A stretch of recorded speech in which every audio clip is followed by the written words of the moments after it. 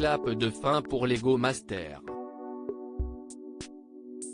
La chaîne M6, qui a lancé ce nouveau divertissement le 23 décembre dernier, a fait le choix de ne prévoir que 4 épisodes pour cette première saison.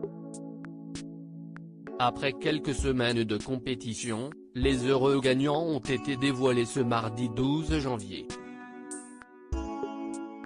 Qui de David et Sébastien, Renaud et Marguerite, Guillaume et Loïc et Xavier et Alban, a remporté ce concours. À l'issue de la demi-finale, Marguerite et Renaud, déçus, ont quitté l'aventure. Ainsi, après un long suspens, ce sont finalement David et Sébastien qui ont réussi à convaincre le jury et remportent les 20 000 € mis en jeu, mais aussi la possibilité d'exposer leur œuvre à l'hôpital pour enfants de Necker.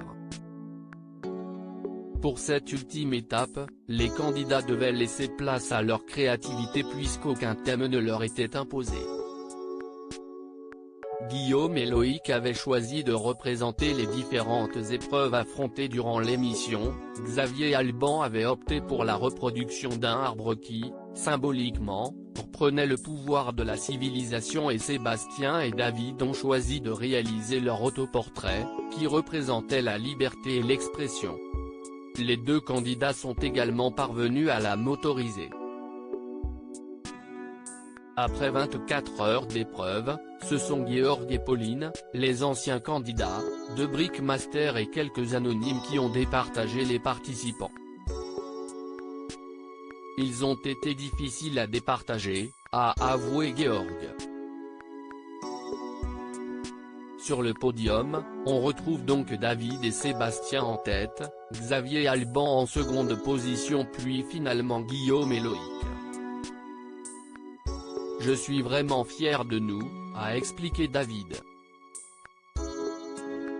Il a ensuite affirmé, quand on pense que quelque chose est impossible à cause de sa condition physique, on peut se dire que le handicap, ce n'est pas dans ton corps, mais dans la tête.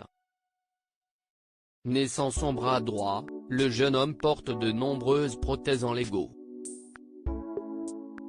Si est donc un beau message qu'il a souhaité faire passer avec cette victoire.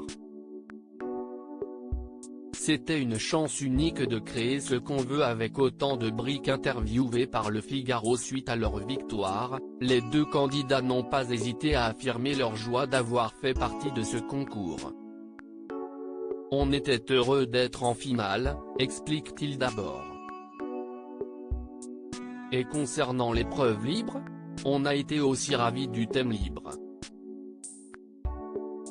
On a rapidement trouvé l'idée de mêler nos deux univers. Et ça a payé car on a parlé de nous dans notre création. On s'est mis en scène.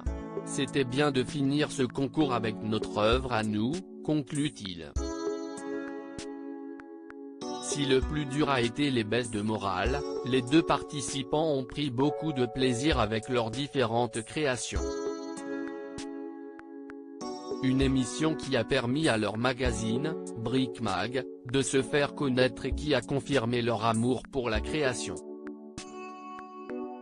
Si la chaîne n'a pas encore renouvelé le concours pour une seconde saison, Éric Antoine a affirmé au Figaro qu'il y a de grandes chances pour que l'émission revienne l'année prochaine.